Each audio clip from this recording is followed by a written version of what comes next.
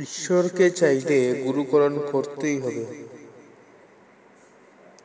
একজন জিজ্ঞাসা করলেন, কেউ যদি ঈশ্বরকে চান অথচ গুরুকরণ না করেন, শ্রী শ্রী ঠাকুর, তার মানে তিনি ঈশ্বরকে চান না।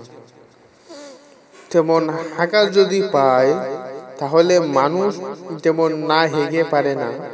ঈশ্বর লিপ্সা যদি তেমনি আন্তরিক হয় তাহলেও মানুষ গুরু শরণাপন্ন না হয়ে পারে না।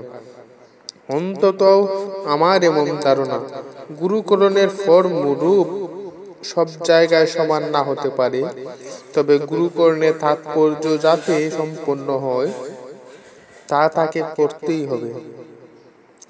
এক ব্রাহ্মভদ্র লোক এসেছিলেন, হরিনাম জপ করতেন, ঘুমের মধ্যে তার নাম চলত, কিন্তু অবতারবাদ বা গুরুতত্ত্বে তার আদৌ বিশ্বাস ছিল না।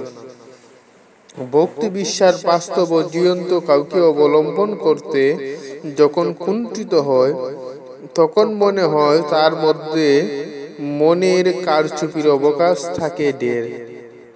আমি সাধনা করি অথচ আমার গুরু নেই, তার মানে আমি অনিয়ন্ত্রিত মনকে গুরুপদে বসিয়ে তাকেই আমি অনুসরণ করছি, অর্থাৎ আমি আমার মনের ঘানিতেই ঘুরছি।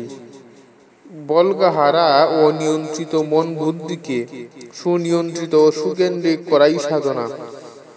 কিন্তু আমরা যদি কোনো জীবন্ত নিয়ন্ত্রণী কেন্দ্র না থাকে এবং সেখানে যদি আমি সক্রিয়ভাবে অনুরাগ নিবদ্ধ না হই, তবে আমি সুনিয়ন্ত্রিত ও সুকেন্দ্রিক হতে পারবো কেমন করে তা আমি বুঝতে পারি না। তাই গীতায় আছে, অব্যক্তা হি গতির দুঃখাং দেহবক্তির বাপ্যতে। আলোচনা প্রসঙ্গ 10/9/12/1947।